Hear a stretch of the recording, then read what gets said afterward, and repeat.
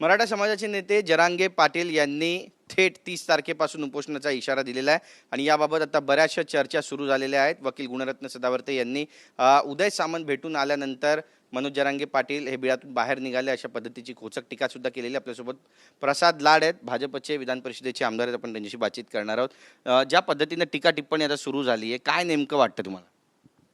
नाही, ज्या पद्धतीमध्ये मनोज जरांगे पाटलांनी आरोप केले त्या आरोपाचं तपशीलवार उत्तर मी आपल्या माध्यमातून दिलं, आकडेवारी दिली. त्याचं उत्तर माननीय राज्याच्या मुख्यमंत्र्यांनी देखील दिलं. हैदराबाद गॅझेटबद्दल बोलल्यानंतर न्यायप्रविष्ट प्रकरण मीही सांगितलं होतं, माननीय मुख्यमंत्र्यांनी देखील तेच सांगितलं. ज्या विषयाला पालवी फुटणारच नाही त्याच्यावर पाणी टाकून टाकून पालवी फोडायचा प्रयत्न का केला जातो हे मला काही कळत नाही. एकदा राज्याच्या मुख्यमंत्र्यांनी शब्द दिला की मी हे करणार, आणि जे कोण करू न शकलो होतं, न भूतो न भविष्यतो, ते काम माननीय राज्याचे मुख्यमंत्री देवेंद्र फडणवीसांनी केलं. मग त्याच्यानंतर त्यासाठी पुन्हा एकदा आंदोलन, पुन्हा एकदा लोकांना एकत्र करणं, पुन्हा लोकांची सिस्टीम बिघडवून टाकणं. आज सणावाराचा दिवस आहे, सुट्टीचे दिवस आहेत, खरीपाचे हंगामाचे दिवस आहेत, पावसाचे दिवस आहेत, ऊन फार मोठ्या प्रमाणावर ग्रामीण भागात आहे.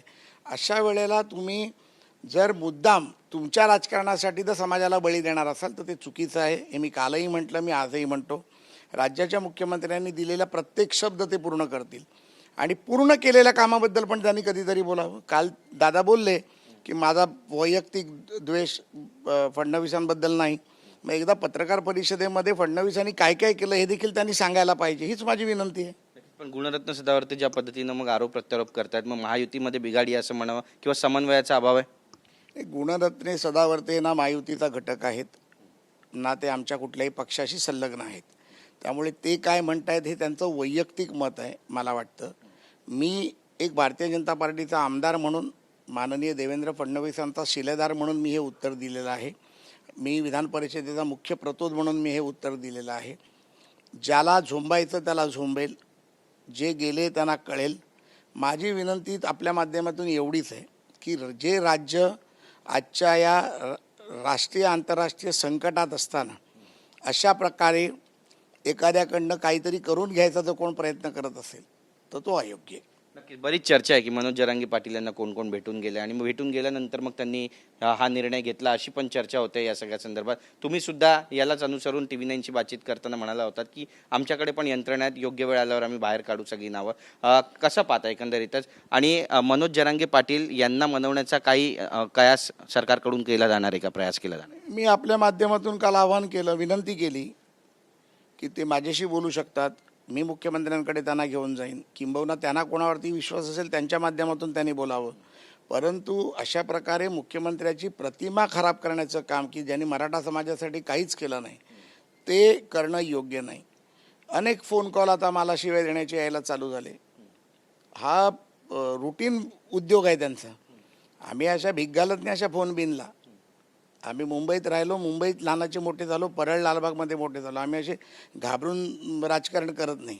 परंतु माझं म्हणणं आहे की आपला समाज आहे, आपल्या समाजाला तुम्ही काय न्याय मिळाला आणि काय न्याय मिळाला नाही याचं एकदा डिबेट तर करा ना, की हैदराबाद गॅजेटची सत्य परिस्थिती काय, ते कुठे अडकलं, न्यायप्रविष्ट असताना पण मुख्यमंत्र्यांनी कशी मदत केली, सारथीमधनं काय मिळालं, राजश्री शाहू महाराजांच्या योजनेतून काय मिळालं, अण्णासाहेब पाटील महामंडळातून काय मिळालं, हॉस्टेलची परिस्थिती काय, किती विद्यार्थ्यांना हॉस्टेलचे पैसे मिळत आहेत, गावागावामध्ये किती हॉस्टेल झाले, किती जिल्ह्यामध्ये हॉस्टेल झाले, हे सत्य तुम्ही सांगत नाही.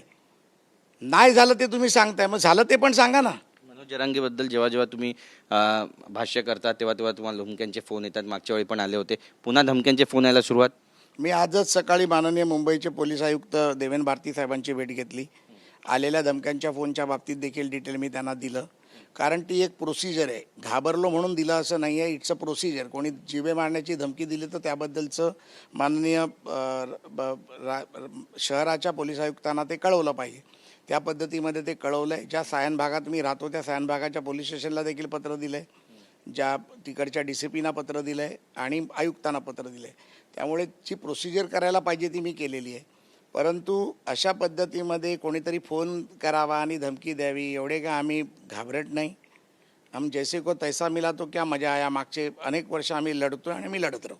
नक्कीच जागतिक युद्धाच्या जी परिस्थिती आहे त्यावरती आता पंतप्रधान नरेंद्र मोदी यांनी सुद्धा भाष्य केलं आणि त्यांनी स्पष्ट केलेलं आहे की देशामध्ये भीषण परिस्थिती होईल, सगळं काही संपून जाईल जर देशवासियांनी व्यवस्थित कोऑर्डिनेट केलं नाही तर.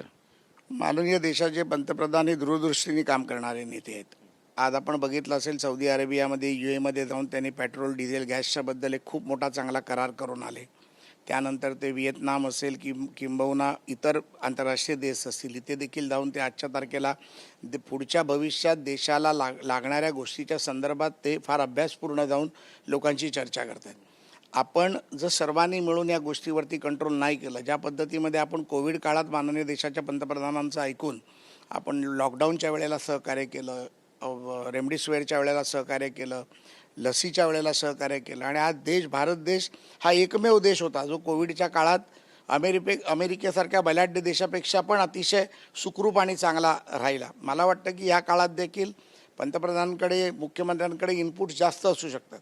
त्यामुळे त्यांच्या इनपुट्सवरती जर एवढ्या उघडपणे जर पंतप्रधान बोलत असतील तर आपण त्याचा निश्चितपणे उपयोग करून घेतला पाहिजे, त्यांना सहकार्य केलं पाहिजे, देशासाठी केलं पाहिजे, या भारत मातेसाठी केलं पाहिजे, ही माझी विनंती सर्वांना. देवेंद्र फडणवीस पण म्हणतात की त्यांचा जो ताफा आहे त्यामध्ये इतर कार्यकर्त्यांनी त्यांचे ताफे आणू नये गाड्यांचे.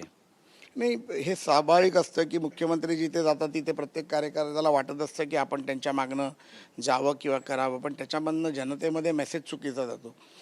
काल देखील माननीय मुख्यमंत्री पुण्यामध्ये होते, रात्री येताना ते बाय रोड पुण्यातनं आले आणि 2च गाड्या घेऊन पुण्यावरनं ते मुंबईला आले. तर मला वाटतं अशा प्रकारे जर मुख्यमंत्री जर त्याच्या गोष्टीमध्ये जर बदल करत असतील, ते जाताना इंडिगो फ्लाईटनी गेले, बँगलोरला गेले तेव्हा, आणि अशा पद्धतीत जर ते बदल करत असतील तर त्याचं स्वागत केलं पाहिजे आणि त्याचं नुसतं स्वागत करून चालणार नाही. तर तुमच्यासारख्या कार्यकर्त्यांनी देखील त्यांनी जी री ओढली आहे ती री ओढून आपण काम केलं पाहिजे. बच्चू कडूंचं एक स्टेटमेंट आहे चर्चेमध्ये, ते म्हणतात की आज जरी सर्वे केला तरी लोक म्हणतील की मुख्यमंत्री हे एकनाथ शिंदेच झाले पाहिजे. जेव्हापासून ते विधान परिषदेवर आले, शिवसेनेमध्ये आले, तेव्हापासून त्यांनी ही री ओढायला सुरुवात केली आहे आणि मुख्यमंत्री एकनाथ शिंदेच व्हावे असा आग्रहाने प्रत्येक ठिकाणी सांगतायत. कसं पाहता? आता बच्चू कडू आमच्या महायुतीच्या घटक पक्षाचे आमदार आहेत, परंतु त्यांना देखील माननीय एकनाथ शिंदे साहेबांनी आमदारकी केली तर कुठेतरी ते लॉयल्टी दाखवणारच आहेत.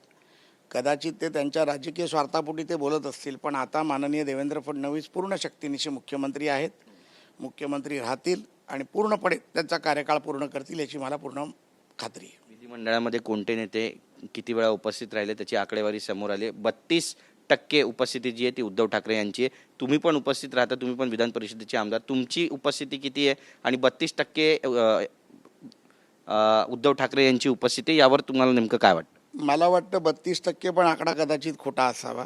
उद्धव ठाकरेजींची उपस्थिती 25%पेक्षा पण जास्त नव्हती. ते अधिवेशनाच्या पहिल्या दिवशी आणि शेवटच्या दिवशी सभागृहात यायचे, कारण तो एक प्रोटोकॉल असतो. मला वाटत नाही की त्यांनी आभार प्रदर्शनाचं भाषण सोडून एकही भाषण सभागृहामध्ये केलं. माझ्यासारख्या कार्यकर्त्याची माझ्या दोन्ही टर्ममध्ये 100% उपस्थिती होती. अतिशय महत्त्वाचं असं माझ्या 3 सुट्ट्या लागल्या त्या माझ्या मुलाच्या विवाहाच्या काळात लागल्या. त्यामुळे मी असीन, प्रवीण दरेकर असीन, 100% सभागृहात नुसती हजेरी लावण्यापुरतं नाही तर पूर्णपणे सभागृहात बसण्याचं देखील काम आम्ही फार तत्परतेने आणि चांगल्या पद्धतीने करतो. सभागृहात आम्ही सहभाग घेण्याचं काम करतो, प्रत्येक विषयावरती चर्चा करण्याचं काम करतो. ज्या ताकदीने आम्हाला भारतीय जनता पार्टी आणि त्याच्या नेतृत्वाने मुख्यमंत्र्यांनी सभागृहात पाठवलं आहे जनतेचे प्रश्न सोडवण्यासाठी, ते सोडवले जर आम्ही तिथे नाही शकलो, आम्ही जर तिथे बसून जर आम्ही जनतेचा आवाज मांडू नाही शकलो तर मग त्या सभागृहात पाठवण्याचा अर्थच काय राहिला. त्यामुळे आम्ही 100% तिथे बसतो आणि 100% काम करण्याचा प्रयत्न करतो. धन्यवाद आमच्याशी बातचीत केल्याबद्दल. तर 100% बसून काम करण्याचा प्रयत्न करतो असं प्रसाद लाड म्हणतात. कॅमेरा पर्सन चरण मार्गमसह गिरीश गायकवाड, TV9 मराठी, मुंबई.